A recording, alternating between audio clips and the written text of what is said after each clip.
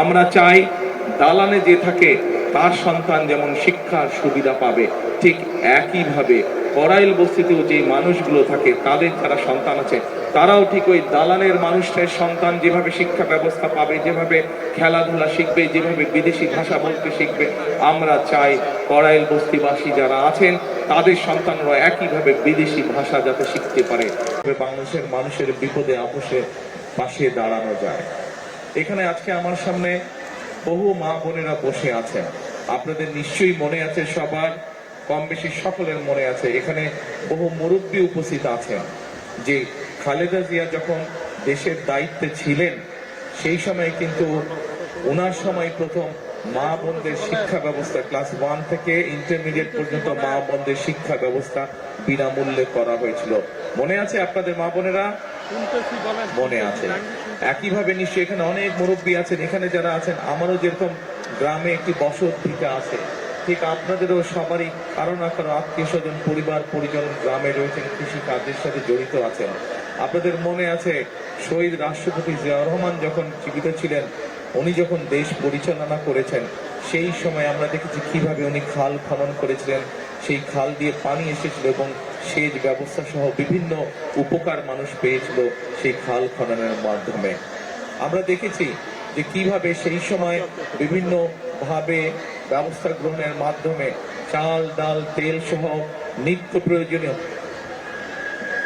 প্রয়োজনীয় জিনিসপত্রের দাম সেই সময় কিভাবে চেষ্টা করা হয়েছিল কম রাখার জন্য, যাতে করে সাধারণ মানুষ, আপনাদের মতন সাধারণ মানুষ যারা আছেন তারা যেন ভালোভাবে থাকতে পারে।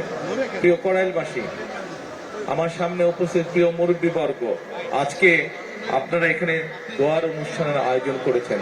একটু পরে নিশ্চয়ই মাওলানা সাহেব এখানে দোয়া করবেন শহীদ রাষ্ট্রপতি জিয়াউর রহমানের জন্য, দেশনেত্রী বেগম খালেদা জিয়ার জন্য সহ আমাদের স্বাধীনতা যুদ্ধে যারা শহীদ হয়েছেন, আমাদের 24-এর আন্দোলনে যারা শহীদ হয়েছে, আহত হয়েছে, সহ বিভিন্ন সময় গণতন্ত্রের আন্দোলনে যারা শহীদ হয়েছে, কিছুদিন আগে এইখানে আগুন লেগে যারা ক্ষতিগ্রস্ত হয়েছেন, যারা মারা গিয়েছেন, সকলের জন্য ইনশাআল্লাহ আমরা হাত তুলে আল্লাহর দরবারে দোয়া করব। কিন্তু এই দোয়া শুরু হওয়ার আগে আমি আপনাদের সামনে দু একটি কথা বলতে চাই। আমি শহীদ রাষ্ট্রপতি জিয়াউর রহমানের ছেলে,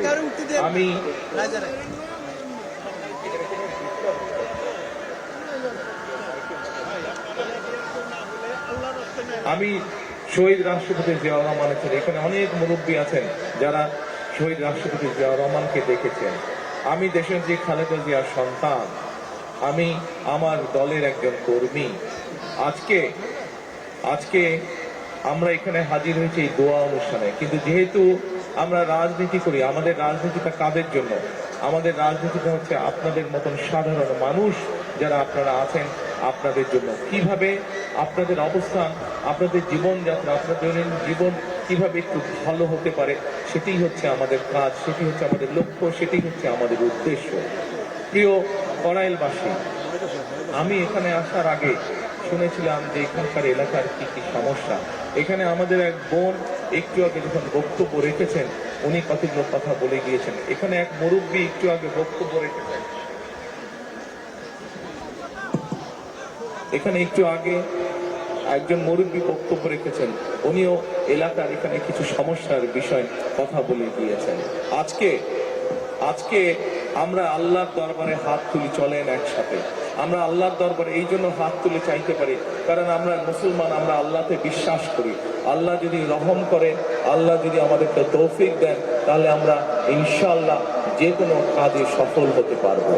আজ আমাদের সামনে এখানে হাজার হাজার মা বোনেরা বসে আছে।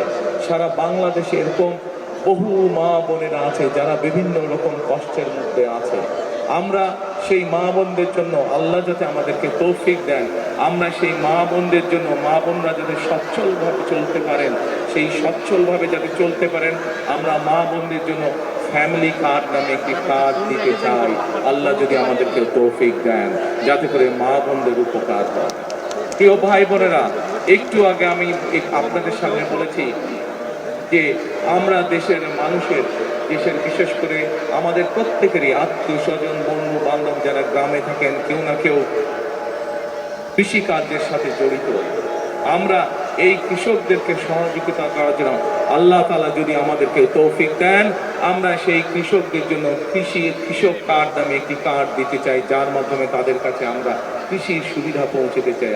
ঠিক যেভাবে ফ্যামিলি কার্ডের মাধ্যমে আমরা পৌঁছে দিতে চাই মা বোনদের কাছে একটি সহযোগিতা, একমাত্র আল্লাহ যদি রহমত দেন আমরা সেই কাজগুলো করতে সক্ষম হব। আপনাদের যদি দোয়া থাকে তাহলে সেই কাজগুলো আমরা করতে সক্ষম হব।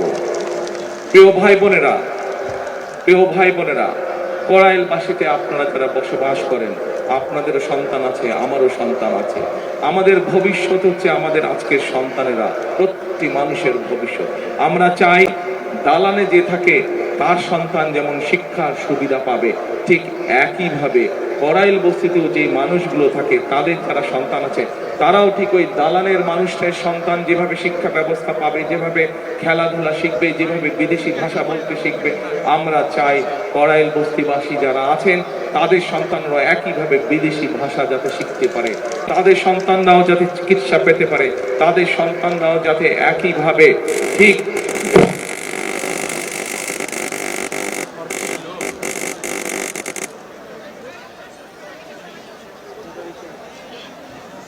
ওটা